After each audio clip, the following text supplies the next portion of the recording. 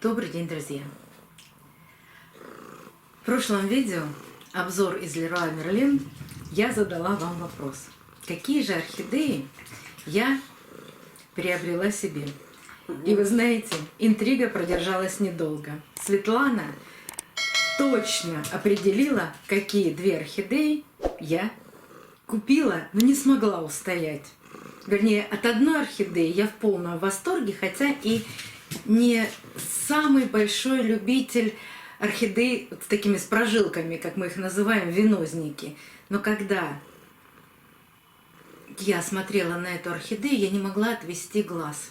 И действительно, одна из моих покупок – это Юпитер. Вот бывает такое. Увидел, и все, запало в душу, и выпустить из рук ты ее уже не можешь. Вот так и с этой орхидеей. Со второй, конечно, все попроще. Смотря на все орхидеи, я говорю мужу, у меня есть каменная роза, и стоит она на полке, там, где происходит съемка. Он говорит, а в зале? То есть, а в другой комнате на большой полке есть такая орхидея? Я говорю, нет. Тогда что мы выбираем? Мы, конечно, берем каменную розу. И вторая красотка – это каменная роза.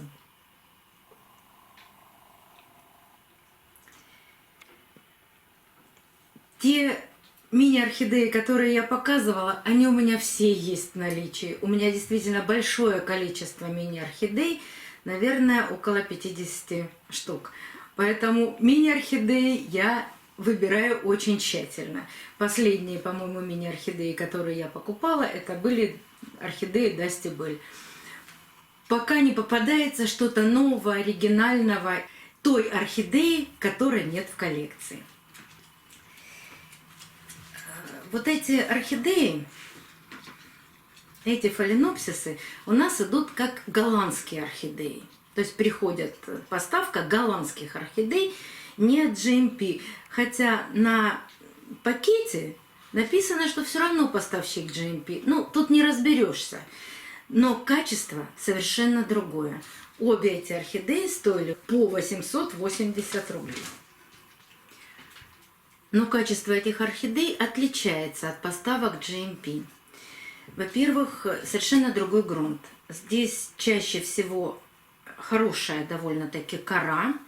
Бывает кокосовое волокно, но оно не такое мелкое, а бывает большими кусочками. Ну, бывает немножко, вот немного, совсем немного мелкого. Корни всегда отличные. У меня эти орхидеи находятся дома уже 4 дня. При покупке были вот такие серебристые корни. Конечно, я их поливала по краю горшка, потому что у этих орхидей обязательно есть торфяной стакан. И опять же, в отличие от орхидей польских, этот торфяной стакан будет в пластиковой оплетке. Ну, давайте посмотрим ближе. Какие хорошие корни. И у каменной розы даже есть растущий корень, что бывает нечасто. Был цветонос. Похоже, что он сломан. И, конечно, его никто не обрабатывал. Есть пробудившаяся почка, но вряд ли она начнет расти. Хотя посмотрим. А вдруг? Все бывает. Сейчас он будет у меня стоять под хорошим освещением. Вдруг ему все понравится, и он продолжит растить эту почку. Цветы все распускаются. Вот этот бутон начал распускаться дома. Этот бутон тоже распустится. А вот здесь есть маленький-маленький бутончик. Как бы вам его показать на руке, наверное, вот так. Этот бутончик засыхает. У нас стоит довольно-таки прохладная погода. На улице они находились секунд 30, но все равно это стрессовое для них состояние. Буквально от машины донести до подъезда. Но все равно это холодно. Плюс 2 это для орхидеи холодно. Даже эти 30 секунд являются стрессом для орхидеи. Пока была съемка, неприятность произошла с Юпитером. У него здесь был длинный цветонос, он, к сожалению, обломился. Цветонос находился вот на краю пакета и выходил за пакет. И вот этот пакет, пока мы его переставляли, делали съемку, он просто срезал этот цветонос. Обидно, конечно. Но здесь еще есть веточки, даже вот на этом основном есть 2 веточки. Сейчас объясню, что с этими веточками.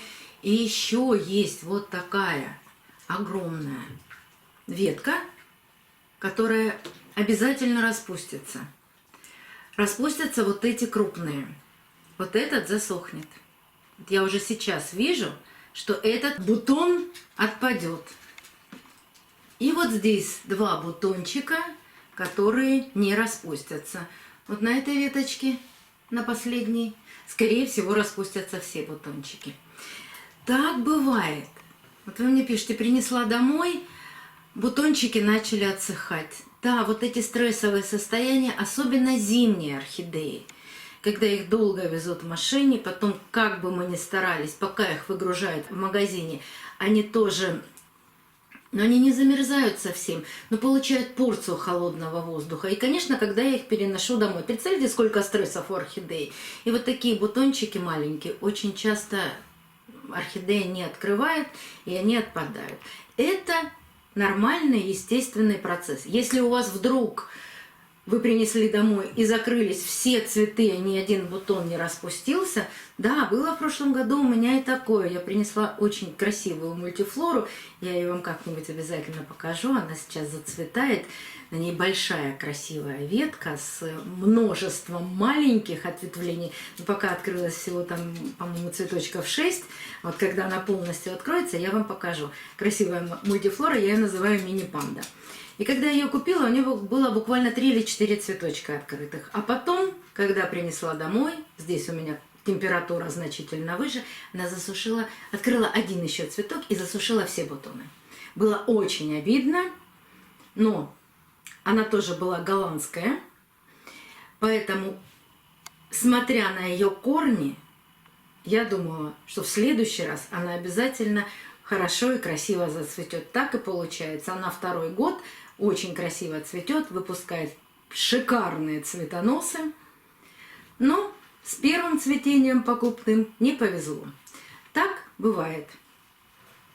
Я не буду вам подробно сегодня рассказывать, как я их обрабатываю. Об этом есть очень много видео. И какое-нибудь, где я подробно рассказываю об обработке орхидей после покупки, я поставлю вам как подсказочку. И обязательно эту подсказочку оставлю и под видео. Вы можете посмотреть подробно, как я это сделаю. Но эти орхидеи уже обработаны. Конечно, стоят на карантинном месте. Нужно определить, что у них есть, кто у них может быть, а может быть и никого нет. В микроскоп я все посмотрела, ничего подозрительного не увидела. Но все-таки пусть немного постоят на карантине. Вот такие покупки и вот такие новые орхидеи появились в моей коллекции. До новых встреч, друзья!